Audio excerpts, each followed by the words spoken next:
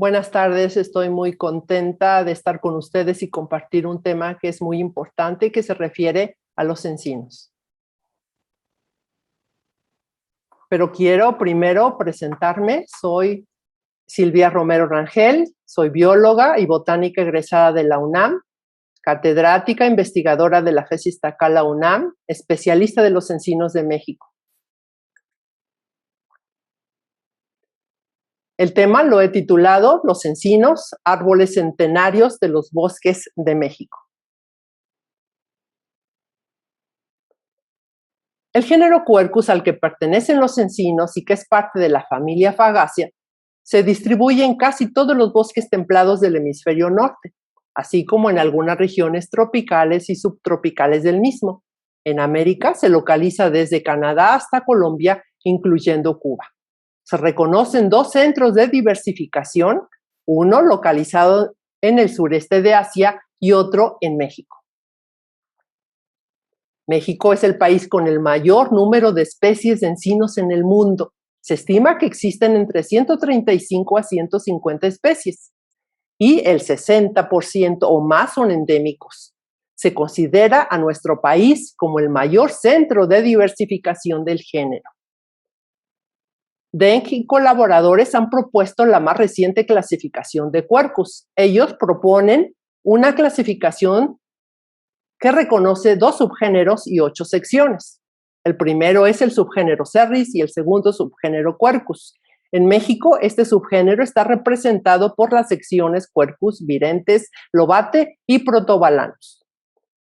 En este mapa podemos observar la distribución de estas secciones y se puede ver que son más abundantes las especies que pertenecen a la sección Lobate en la región sur-sureste. Los encinos mexicanos muestran una variación impresionante en cuanto a características morfológicas, fisiológicas, competitivas y adaptativas. Esto les ha permitido habitar en una gran diversidad de espacios geográficos y condiciones ecológicas. Prácticamente entonces habitan en todos los tipos de vegetación que existen en México. Los hay arbustivos de 40 centímetros hasta las formas arbóreas de más de 40 metros. ¿Cuánto viven las plantas? Bueno, las hay unas que viven 1 año, otras 2 años, 3 años, otras viven 20, 30, 50 años, pero existen árboles como los olivos, los cipreses, entre otros, que pueden vivir varios cientos de años. Cuando observamos los anillos de crecimiento en la madera del tronco de los encinos, podemos tener una idea de la edad que tiene cada uno de los árboles. En México son muy escasos los trabajos dendrocronológicos de encinos, pero los estudios que existen sugieren que los encinos pueden vivir de unos 300 a 500 años. Y además tenemos registros, por ejemplo, como de un árbol que está en Palestina y se le ha calculado una edad aproximada de 5,000 años. Actualmente, este árbol está siendo restaurado para preservarlo como símbolo sagrado. Y en 1995 se le vio la última hoja verde. Otro registro importante es del encino que se encuentra en Lituania y se le ha calculado que tiene 1500 años. Actualmente se mantiene como un árbol, se dice como si estuviera en su juventud. En 1955, científicos lituanos le restauraron roturas dentro del tronco. Otros árboles que existen en distintos lugares del mundo que reflejan que tienen varios cientos de años de vida son, bueno, pues el Quercus ilex y otro Quercus pinnativenulosa que existe en México, y no solamente son árboles aislados, sino que tenemos árboles de diferentes especies que tienen diámetros y alturas importantes que sugieren que tienen varios cientos de años. Hábitat. Las comunidades de Quercus se distribuyen en el hemisferio norte. En América encuentran su límite sur en Colombia. En México habitan en las zonas montañosas templadas y semihúmedas y pueden formar asociaciones con los pinares. En México hay comunidades en donde el estrato arbóreo está dominado por encinos, pero también podemos observar que penetran los encinos en clima caliente, no faltando en las francamente húmedas y semiáridas. Varían de totalmente caducifolios a totalmente perennifolios, pero dependiendo de las condiciones ambientales, algunas especies pueden comportarse como subcaducifolios o como subperennifolios. La morfología de los encinos es muy diversa, es muy variada. De allí que algunas personas afirmen que es difícil su identificación. Pero también radica en que el material que existe para su estudio está basado en ramas con hojas solamente. Y bueno, algunos ejemplares tienen bellotas, pero son muy escasos las flores presentes en ese material. Y ya se ha documentado que las flores aportan información para la identificación de las especies. Por lo tanto, esto es una invitación a que recolectemos material con flores.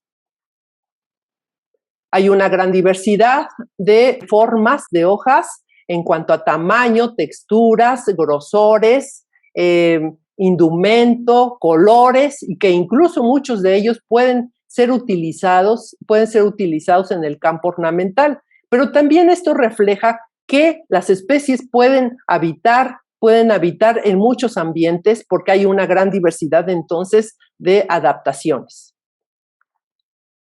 Esta variación morfológica, bueno, la podemos observar en la forma de las hojas, en la base de las mismas, en los ápices, en la disposición y número de las nervaduras, en la coloración del haz y del embés, etc.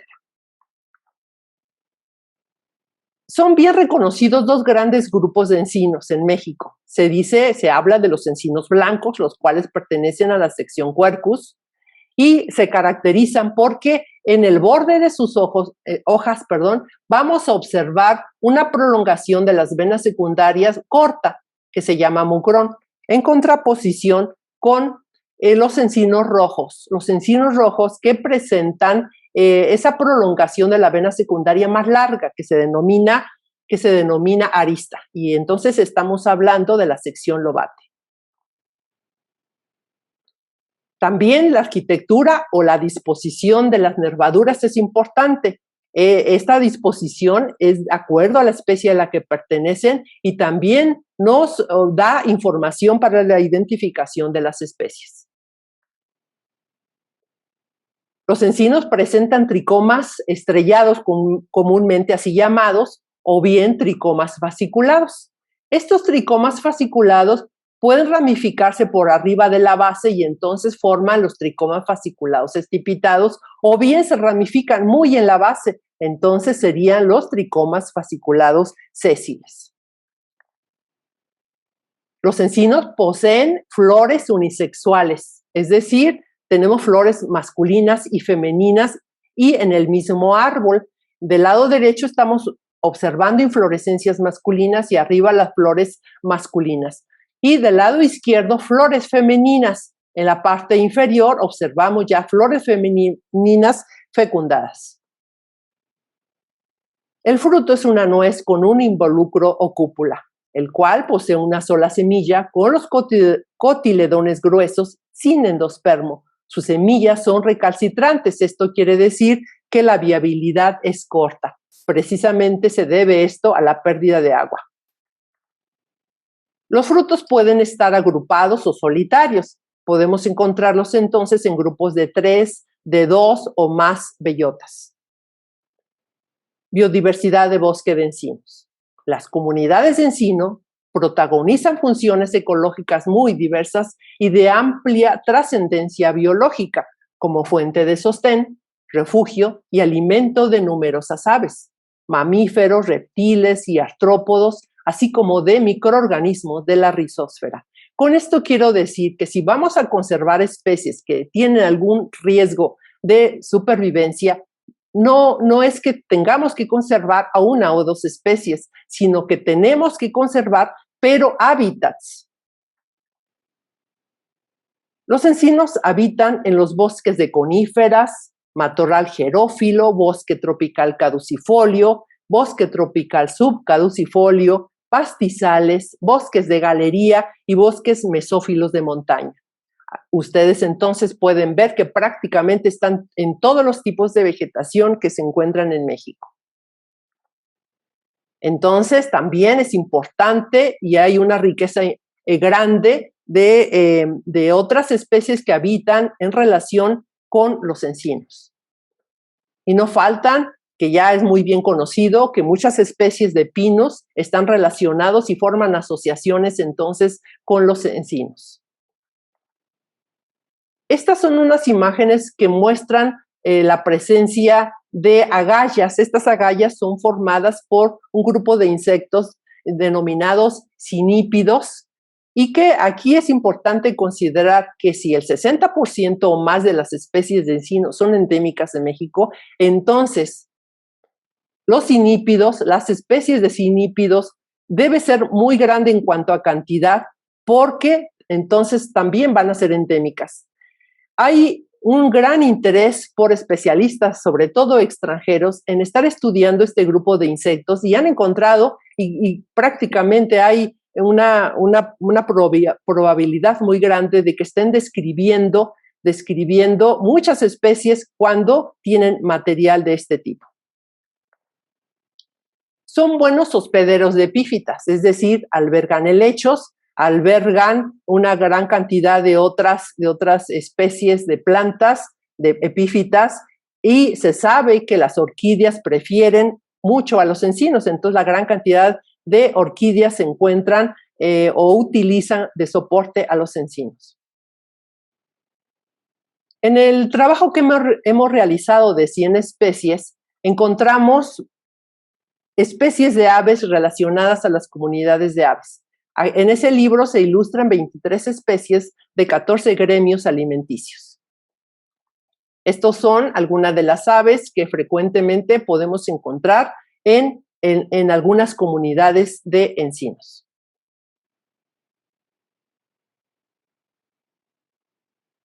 Algunas especies de animales de los bosques de coníferas y encinos se encuentran dentro de la norma oficial. Ejemplo de esto es el lobo mexicano, oso negro, el gavilán pollero, el gavilán palomero, y también hay una lista importante de reptiles. Importancia de los bosques de encino. Forman parte del hábitat de muchas especies animales, producen oxígeno, capturan y almacenan carbono, regulan el ciclo del agua, contribuyen a regular el clima, forman y protegen el suelo, previenen deslaves y derrumbes, proporcionan recursos variados como madera, fibras, alimentos, sustancias medicinales, etc. Quiero hacer énfasis en estos aspectos. Los bosques de encino y las comunidades en general recargan los mantos acuíferos. ¿Qué es un manto acuífero? Bueno, es un almacén de agua subterráneo.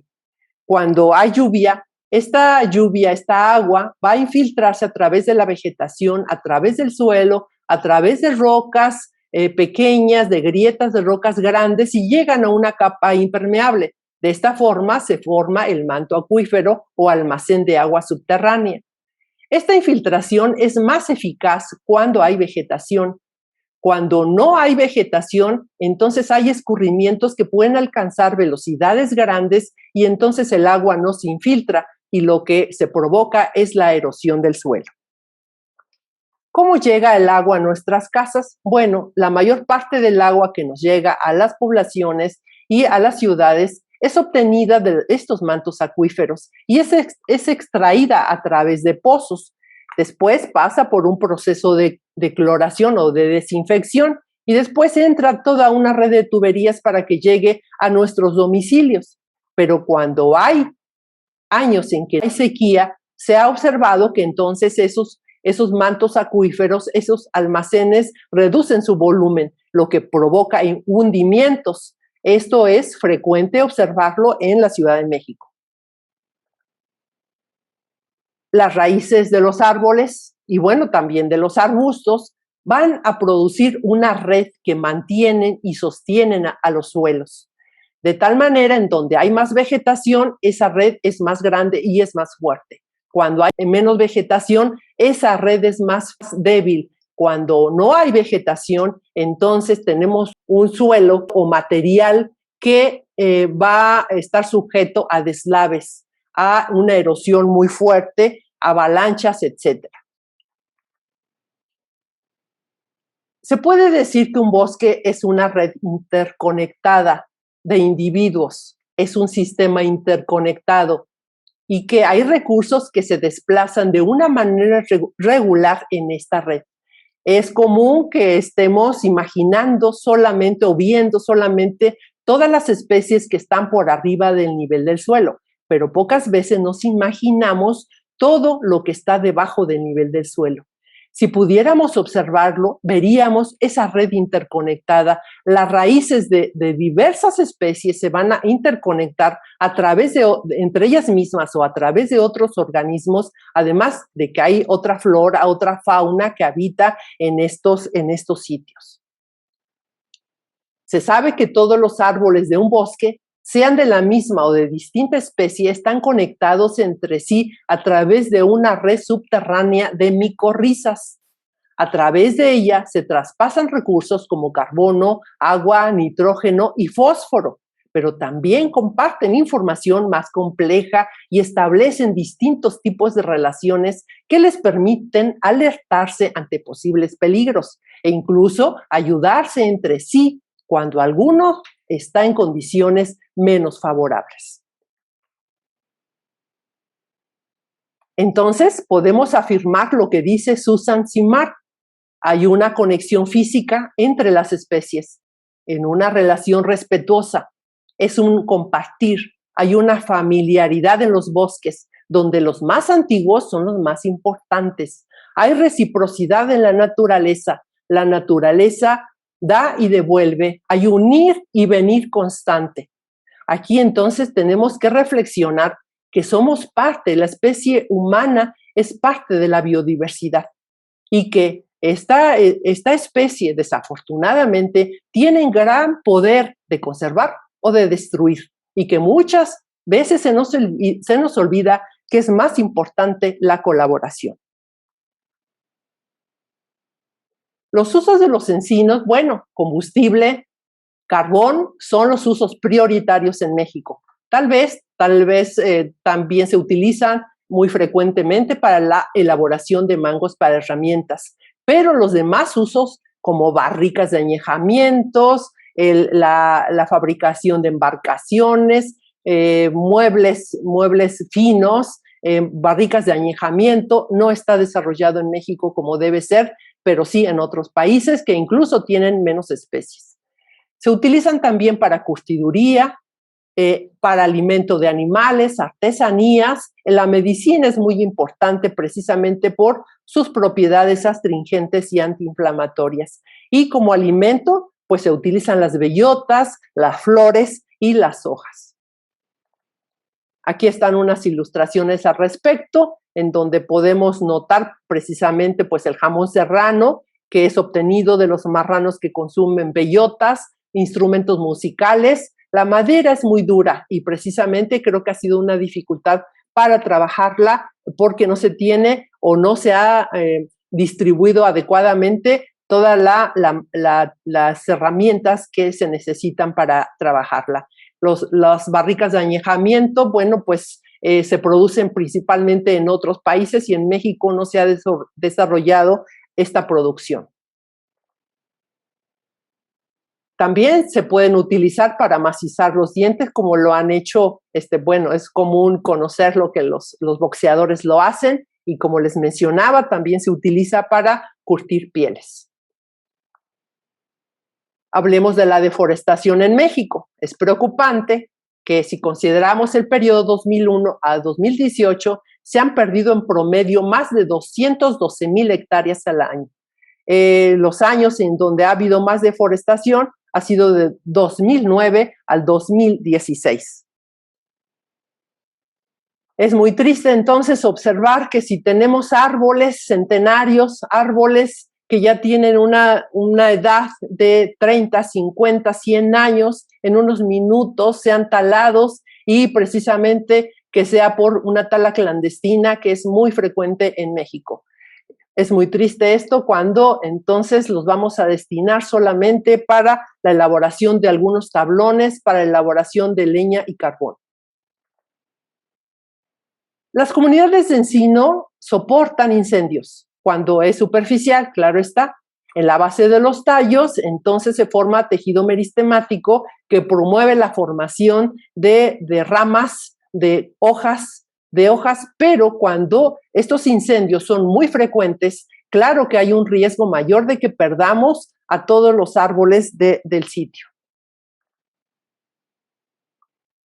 Entonces, cuando hay deforestación, cuando hay tala abundante clandestina, vamos a tener problemas en la conectividad y tenemos sitios fragmentados, una gran cantidad de fragmentación y entonces provocamos bordes que van a tener condiciones ambientales diferentes. Las zonas taladas en donde se desaparece la vegetación original va a cambiar y entonces podemos imaginar qué sucede con los granos de polen, qué sucede con las semillas, con la distribución, qué sucede entonces con los microorganismos que vivían en el suelo, en el suelo de la comunidad y de todos las micorrizas, los hongos que estaban asociados a las raíces. Es una gran pérdida de biodiversidad cuando extinguimos a la vegetación en distintos sitios.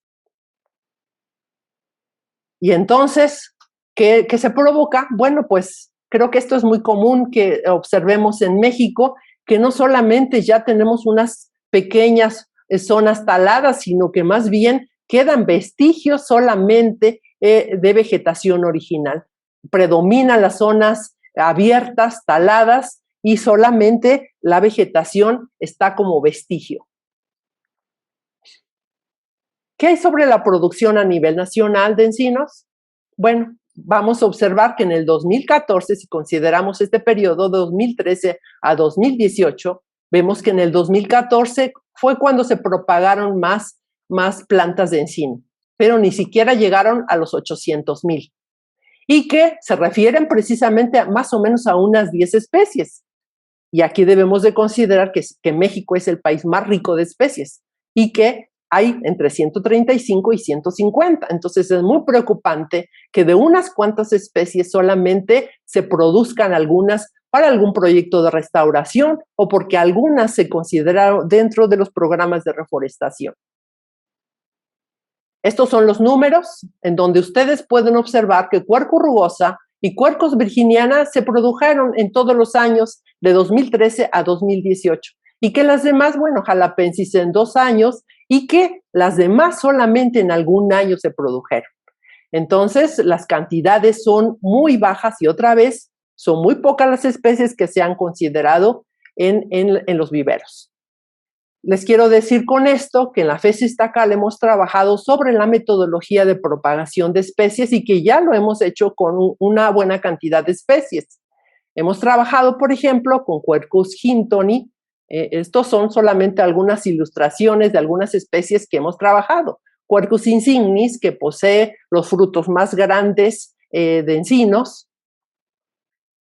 A Quercus germana, que también produce un fruto muy hermoso y grande en relación con otras especies. Quercus crassifolia, que puede incluso entrar en el campo ornamental. Quercus urbani, que posee las bellotas más pequeñas que hasta ahora se hayan registrado. Y entonces quiero decirles que en México existen muchos viveros municipales, estatales, que pueden adoptar la metodología que hemos nosotros diseñado para la propagación correcta en abundancia de las diversas especies de encino y que pudieran entrar precisamente en los programas de reforestación. Estas son imágenes del Parque Ecológico Xochitla. Hace aproximadamente 20 años o un poco más, se reintrodujeron plantas de diversas especies. Y lo que encontramos, bueno, ahora es estas vistas. Ya tenemos individuos, árboles de encino que tienen unas alturas incluso superando ya los 20 metros. Esto quiere decir el gran éxito que pueden tener prácticamente en cualquier sitio. Esta es otra imagen, es algo alentador, es hermoso las imágenes donde podemos observar las diversas especies. Xochitl alberga una buena cantidad de especies mexicanas, sin embargo, pues ahora está cerrado y nos preocupa cuándo va a abrir y si va a reabrir. Y sobre todo, ¿qué va a suceder con los árboles que ahí están y que ya tienen una buena cantidad de años? Claro, entonces Xochitl ha sido prácticamente un laboratorio en donde se han realizado diversos tipos de investigaciones y no solamente sobre encinos, sino sobre aves, sobre plantas acuáticas, etc. Quiero que revisemos, ya para ir terminando, esta información y quiero que tal vez se vayan pensando en esto. Vamos a revisarlo, por favor.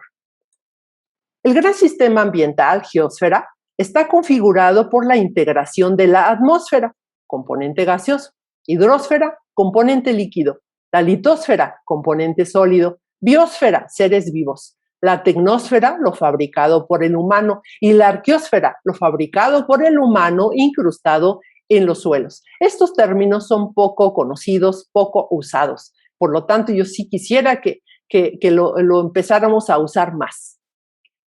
Concretamente, ¿qué es la tecnosfera? Consiste en edificios, carreteras, puentes, incluyendo todos los pequeños artículos como materiales tecnológicos, ropa o envases.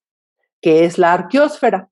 Consiste en escombros, vertederos de basura, tierras artificiales, suelos de cultivo abandonados y otros tipos de suelo modificado. Algunos se han dedicado a calcular más o menos cuánto hay de tecnosfera. Y vean ustedes, se ha estimado que la tecnosfera pesa estos 30 y con muchos ceros, pero finalmente son 30 teratones. Tenemos 30 teratones de tecnosfera en el planeta Tierra. Ustedes han visto la película WALL-E. Creo que todos la hemos visto y tal vez no la hemos visto observando lo que se nos quiere decir. Aquí, precisamente, la Tierra, el planeta Tierra está llena de tecnosfera y arqueósfera, de tal manera que el humano ya no puede vivir en ella y que ha tenido que salir para poder sobrevivir. Les invito nuevamente que la vean y que revisen cada uno de los detalles que la película nos ofrece. Entonces, quiero decir y quiero terminar con esto. Debemos enseñar sobre las plantas para que las amemos, las respetemos y las conservemos. Bueno, también quiero informarles que hace un tiempo se produjo una obra, la realizamos con 100 especies de encinos de México. Está formada por un libro con toda la información al respecto, por algunas láminas, bueno, más bien cada especie tiene una lámina a color, es dibujo científico y están contenidas en una caja de madera muy bonita y también está contenido allí una guía ilustrada que nos puede servir para la identificación de los encinos en campo. Y bueno, después de eso nos hemos dado a la tarea a producir una serie de libros y entonces ya tenemos el libro de encinos de Sinaloa, de Querétaro, de Guanajuato, y ahora está en revisión los encinos de Sonora y el año que viene esperamos que ya esté también impreso en los encinos de Nayarit y los encinos de Morelos. Muchas gracias por su atención. Espero que esta plática haya sido de suma interés. Gracias.